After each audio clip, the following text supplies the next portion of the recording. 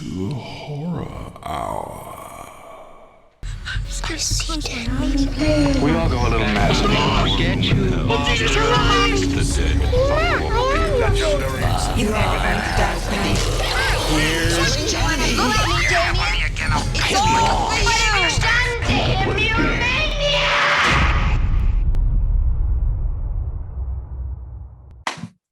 Hello and welcome to the Horror Hour, a place where we discuss, we debate, we disagree on all things horror. But today we are going to review the new series Resident Evil. It'll drop on Netflix on Thursday, the 14th. It's 8 one-hour episodes. It stars Ella Balinska, Tamara Smart, Siena Agudong, Lance Reddick, Adeline Rudolph, Paola Nuñez, and a whole bunch of others. I hope I didn't mispronounce any names. I do apologize. And so I'm going to give you the little log line. So year 2036, 14 years after Joy caused so much pain, Jade Wesker fights for survival in a world overrun by bloodthirsty, infected, and mind-shattering creatures. In this absolute carnage, Jade is haunted by her past in New Raccoon City, we'll talk about that, by her father's chilling connections to the sinister corporation, or the sinister Umbrella Corporation, but mostly by what happened to her sister Billy. So with that, I'll go first, since I think the last time you went first. So for me, with this series, I have to try and separate sometimes the fact that I love the video game series so much. So, and same thing, I enjoyed the movie series, but definitely it's not the same. And that could be said about this show. While I enjoyed certain aspects and I appreciated how they expanded on the lore of Umbrella and also kind of shoved us into the future, which we sometimes haven't seen with the series so much, or the video game series, I appreciated that. My issues with the series is the constant flashbacks. What I would have liked to have seen instead was maybe the first 4 episodes be all flashbacks, and then the other 4 episodes, the future. Because I think it kind of, for me, it really broke up the story in a way that I didn't like. It was very choppy. Even though I will say there was some good fan service, and I'm a sucker for good fan service. So I'll leave it at that for now. I'm curious to see Liam's thoughts, and then we'll talk a little bit more. So I really enjoyed it. I didn't have that much of an issue with the jumping back and forth. I found every time it did jump back and forward, there was always something in either storyline was pushing it to be a flashback or a future scene. Okay. I think because I like Ella Balinska so much, I was happy to get the back and forward because I liked getting to see Ella Balinska every episode.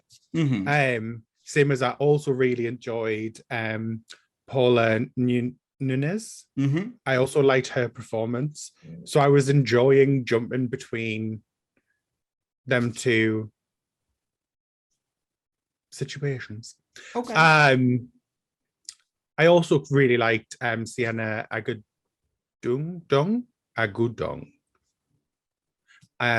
Words. I'm not very good at them. I also really enjoyed her performance as well, because even though nobody else has ever watched it, I enjoyed No Good Nick on Netflix. Okay, I don't And know what she that was is. in that. And she was really good at it. So I was like, yay, it's her again. So Okay. So obviously I'm not really praising many Resident Evil aspects of it, but I still enjoyed it. Okay. So you enjoyed it, but not necessarily for it being Resident Evil, just more for the actors in it. Is that correct?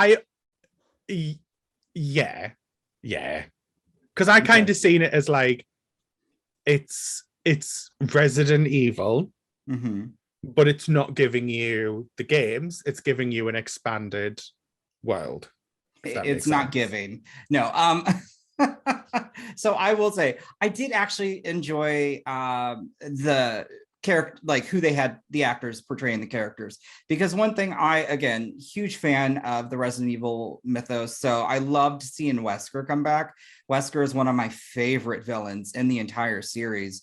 So like I remember when they killed him off in the video game series, I was so mad. So to see him have a new afterlife in a sense, I really enjoyed that. I love the idea of giving him kids, and I enjoyed that, you know, I loved the struggle that they were having while they not only having to adapt within New Raccoon City, which was very chilling. So I props to them on that.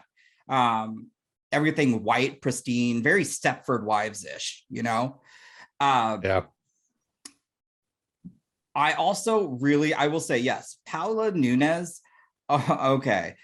She definitely is a Resident Evil villain, because the way her character arc goes from somewhat stable to like sociopath at the end, I loved that. That is literally. Did you not find her just deliciously camp? Oh, throughout? Absolutely. And that is some of the villains in the game too. So there were certain aspects I really, really appreciated, but I just felt that the story, because of how it jumped back and forth, I don't feel it transitioned well. And so it kept taking me out of it. I would have just really appreciated it move like straightforward in terms of that storytelling, because if it did that, I think I would have loved it more. I will say Ella Balinska kicks some ass, and I loved seeing that. And when I say fan service too, you know, one of the great things about Resident Evil, it's not just about the zombies, okay? That's one of my favorite things. And this delivered in certain aspects where I was like, yeah, it reminded me of why I love the game. I love also, they did drop some Easter eggs. Maybe we can talk about that later. Either names, situations, or scenes. Again, I appreciated that. So I guess what I'm saying is I love that it tried to differentiate itself from Resident Evil while still maintaining that universe or that story, but I just don't think it was done as well as I would have liked to, because I truly did find myself sometimes a bit, I felt it a bit lagging. Like I was bored. Even if, I will say, the actors did so much with what they were given, but for me, the story elements at times just, they were not as strong or connected. Not saying I hated it, because I still enjoyed it. I just don't think I was as entertained as you, Liam. Yeah, I didn't get bored. I think if it had been a case of like showing you one story, then showing you the other one, I don't think it would have worked, because I think there's a lot of tie-ins with the past, the future, and the current day. But B, I think the story would have got a bit stagnant halfway through each storyline. I think the tie-ins are what kept it fresh and entertaining. Okay. I also appreciate that they're doing something different with Resident Evil. It's not obviously the older movies. It's not. Thank God. I love them. It's not specifically the games. There is Easter eggs, there's hints, there's things like that, but it's its own new thing. And I think it lends well to a series format. So I enjoyed it. I would happily watch a season 2 right now. Oh, you answered my next question. Do you think it deserves a season 2?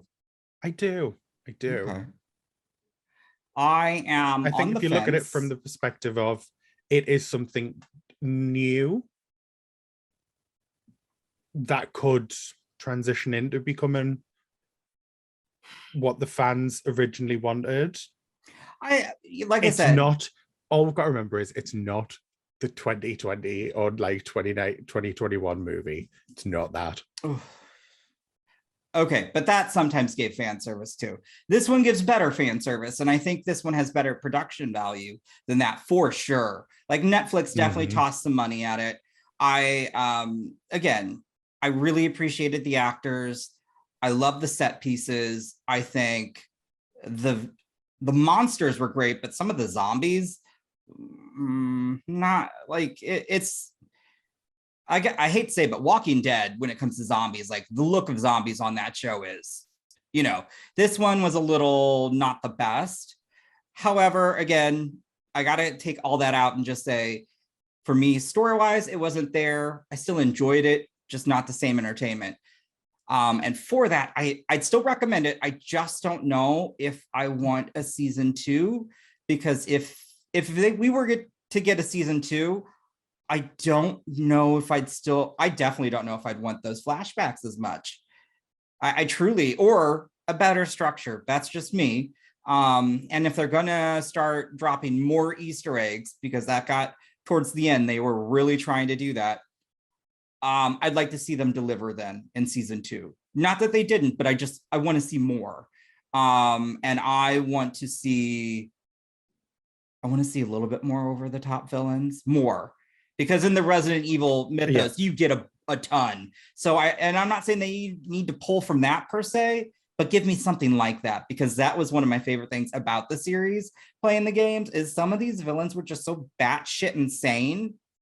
I loved it. I really did. Yeah. But I do think they created a really good new strong female character with Jade Wesker. I really did enjoy that. And same thing with Billy Wesker. So I appreciate it. Again, there were some great new additions, and I would call those two out specifically. Actually, also Lance Reddick's not character performance, but character. Yeah. Lance Reddick as Wesker was awesome. I love him in a lot of things he did. So his performance, or his character. All right. So that's our review of Resident Evil. We're going to just quickly say what we think in terms of score on a 10 scale. Liam, what would you give it? 7, because yes, it's enjoyable, but there is slight room for improvement. So I think season 2, do the little tweaks that it needs with story, and easily score would go up for me. Okay, I'm not far off. I have 6.5 because I think there's just a little bit more room for improvement and maybe up the entertainment factor. It's still enjoyable. I would still say watch this. I'm still unsure on a season 2. However, I'll let you all be the judge of that. Comment down below if you've seen this, what you've thought. Mark it as spoiler if it is such. Remember, hit that like button and check out Resident Evil. It drops this Thursday on Netflix, July 14th. And until next time, guys, bye. You have been listening to the horror